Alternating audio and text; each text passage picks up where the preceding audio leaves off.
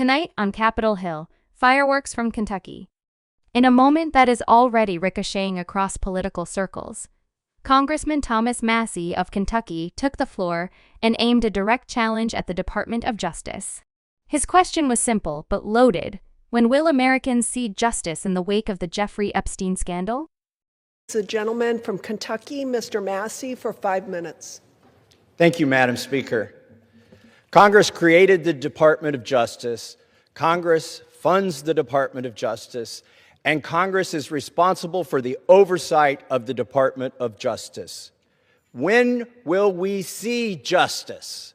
I'll tell you what I've not seen. I've not seen any arrests from the revelations in the Epstein files, over 3 million documents describing horrible things, describing unspeakable things, so much of it redacted.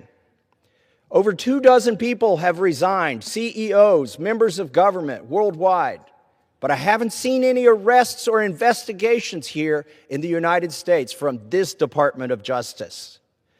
Prince Andrew, Duke of York, who has since been stripped of his royal titles due to his affiliation with Jeffrey Epstein, has been arrested.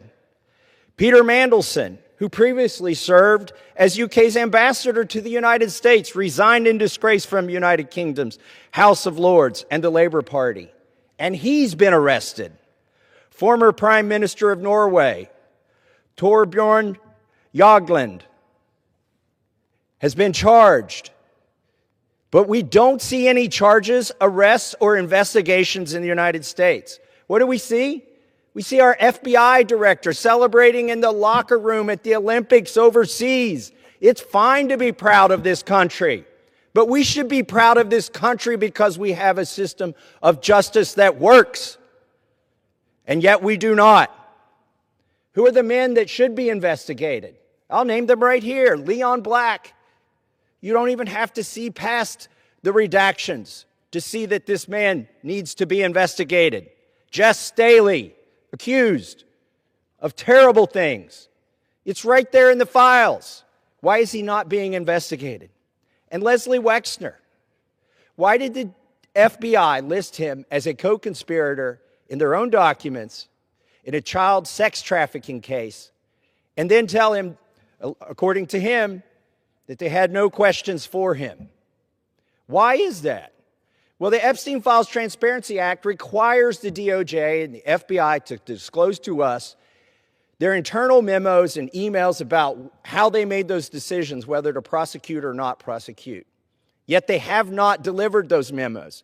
And we still don't have the memos and documents and emails from 2008 to explain why Jeffrey Epstein was given such a light sentence in what would have been an open and shut case of child sex trafficking, which allowed him to go back and recommit these terrible crimes, create hundreds of more victims, and ensnare so many other people in his conspiracy. Where are those documents that describe those decisions? We need justice. We want the Department of Justice to get to work, and that's what they need to do now.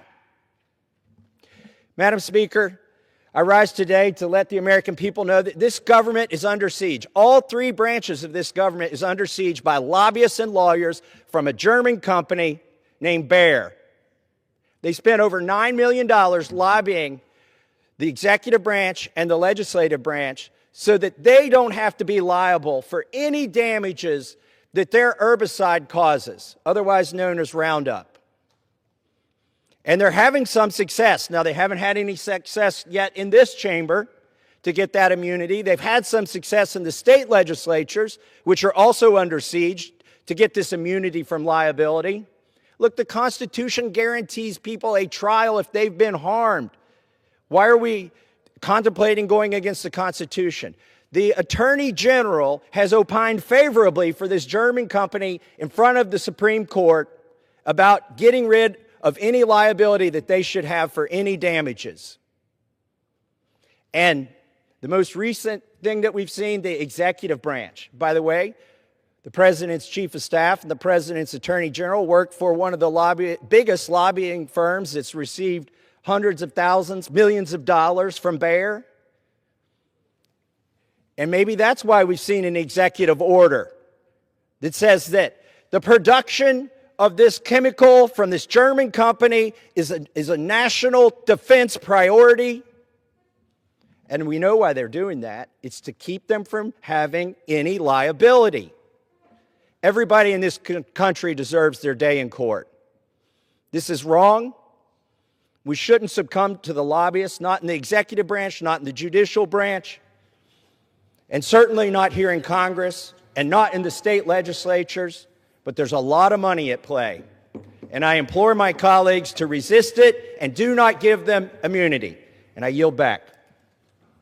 The chair recognizes the woman from Minnesota, Ms. Morrison, for 5 minutes.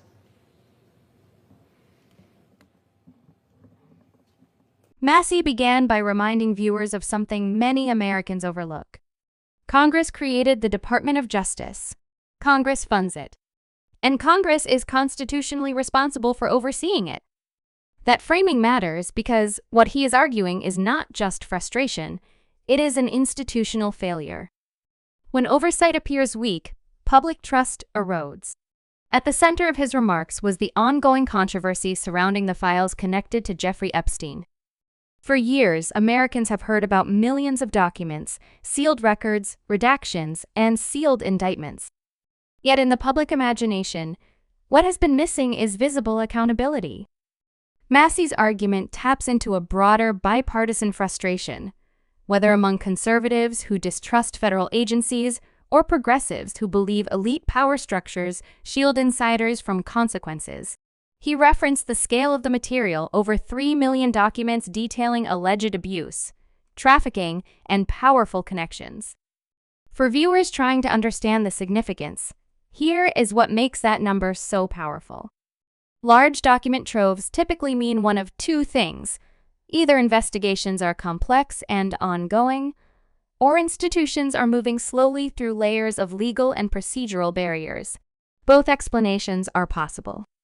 Massie pointed to developments overseas, mentioning Prince Andrew, Duke of York, whose association with Jeffrey Epstein led to the stripping of his military affiliations and royal patronages, and referencing Peter Mandelson, a senior British political figure who resigned from the House of Lords. It is important to clarify for viewers that public controversies, resignations, civil settlements, and criminal arrests are not the same thing. There is another layer viewers should understand. Much of what is referred to as the Epstein files includes court records, depositions, civil litigation documents, and materials collected during federal investigations. Not every name in such documents implies criminal wrongdoing. Association is not proof of guilt. That legal distinction is central to why prosecutors move cautiously, especially when allegations intersect with powerful individuals.